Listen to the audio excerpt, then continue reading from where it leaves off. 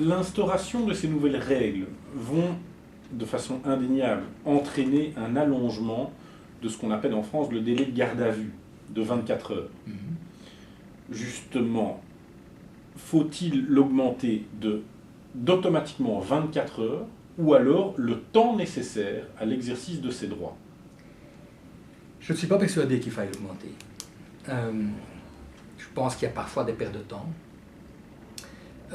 Pour le moment, nous assistons les détenus devant les juges d'instruction et on est toujours avec le délai de 24 heures. Nous avons fait en sorte, et je crois qu'il faudra que tous les barreaux puissent le faire, ça ne va pas être facile, nous avons fait en sorte que les avocats soient disponibles très rapidement, donc qu'il n'y ait pas de perte de temps. Nous devrons nous organiser de la même façon quand on assistera aux auditions de police, mais je ne pense pas que la présence de l'avocat va retarder les débats.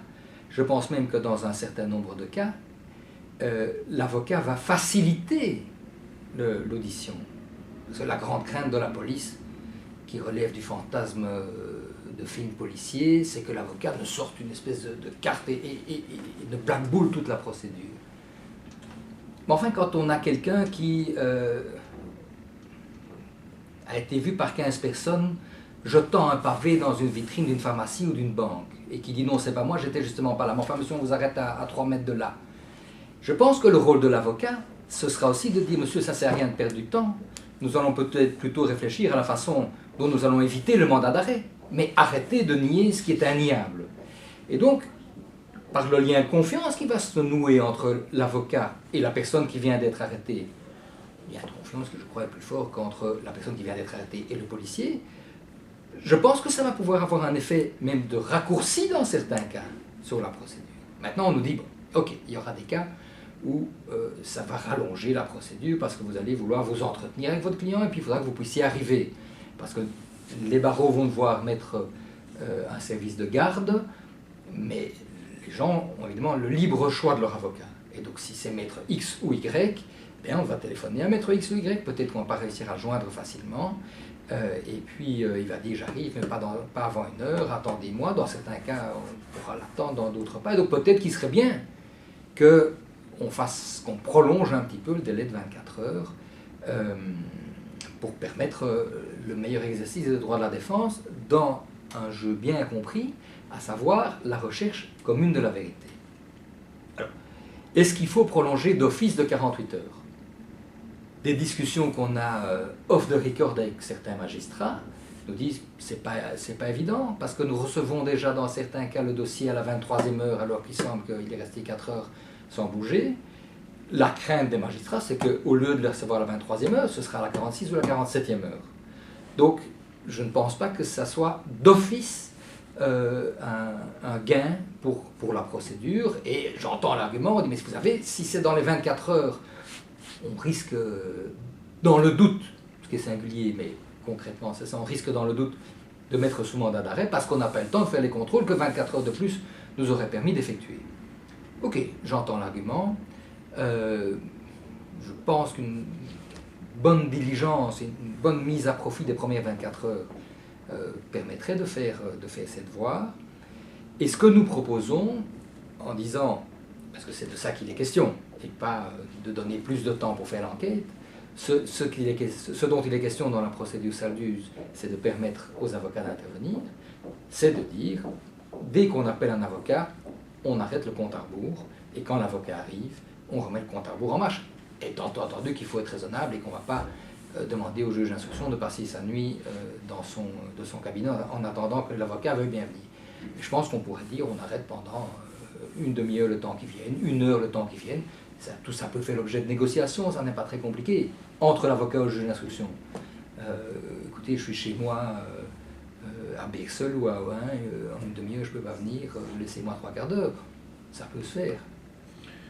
Plus fondamentalement, pensez-vous que ce courant jurisprudentiel est révélateur d'un manque de confiance dans l'institution judiciaire, et précisément dans le rôle du juge d'instruction? Est-ce que la présence d'un avocat peut être considérée comme une forme de contrôle dont un juge d'instruction accomplit son travail? J'ai du mal à penser qu'une telle jurisprudence était envisageable il y a une décennie. Quel est votre sentiment à cet égard? Je ne sais pas. En tous les cas, nous ne le voyons pas comme un contrôle du juge d'instruction. Nous le voyons comme une assistance aux personnes qui sont privées de liberté. Et de l'expérience que j'entends de la part des confrères qui assistent les permanences depuis 4 mois, je n'entends pas du tout qu'on me dise certains juges d'instruction, ils y vont quand même fort, hein, on ferait bien de pouvoir les contrôler plus. Enfin, et c'est ce que me disait le président du BAJ d'Eupen. Pourquoi le président du BAJ d'Eupen? Parce qu'à Eupen, on a Saldus entièrement. À Eupen, les avocats assistent aux auditions de police et aux auditions du juge d'instruction. Et ce qu'ils disent, c'est qu'on a brisé des barrières.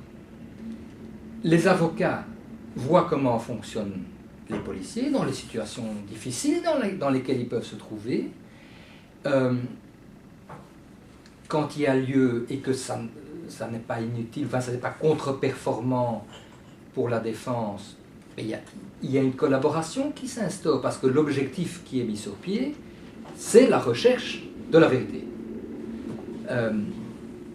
Donc, il y a une compréhension du rôle des avocats de la part des policiers et une compréhension, une meilleure perception du rôle des policiers par les avocats. Donc, je ne pense pas que ça aboutit à un contrôle, je pense que ça aboutit à un fonctionnement plus fin et plus souple de la justice, ou dans tous les cas de la justice pénale. Alors, est-ce qu'on aurait eu ça il y a 10 ans ?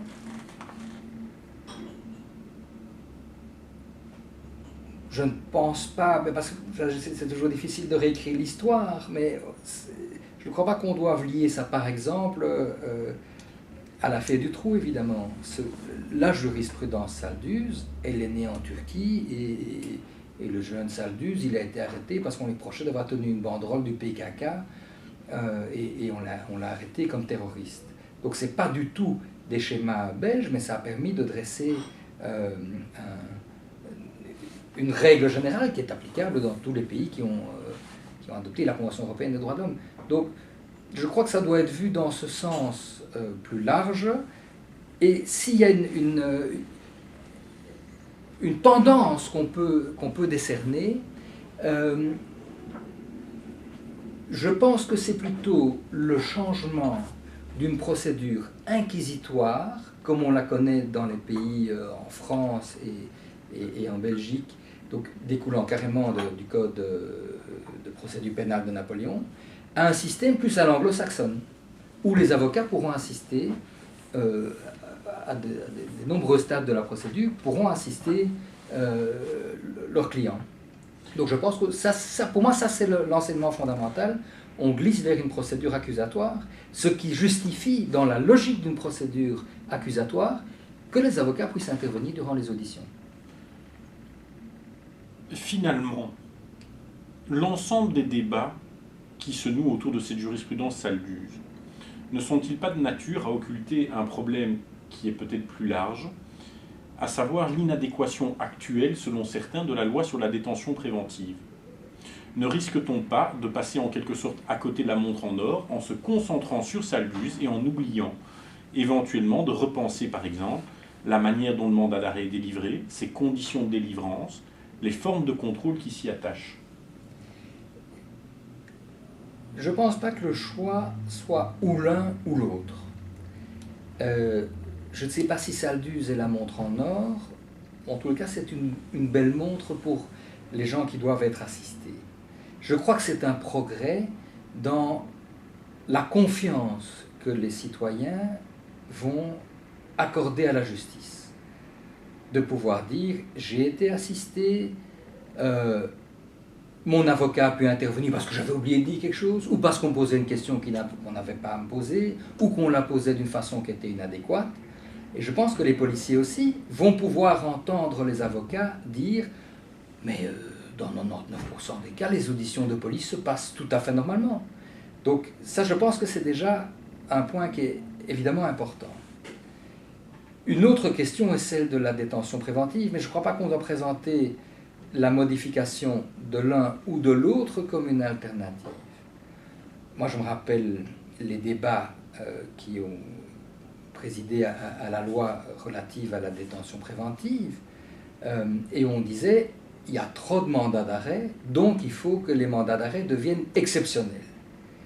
Et on expliquait de part et d'autre qu'il faudrait que les juges d'instruction se pénètrent l'esprit que ça devait être exceptionnel le mandat d'arrêt. C'est évidemment pas l'impression qu'on a. Et le nombre de mandats d'arrêt ne cesse de croître.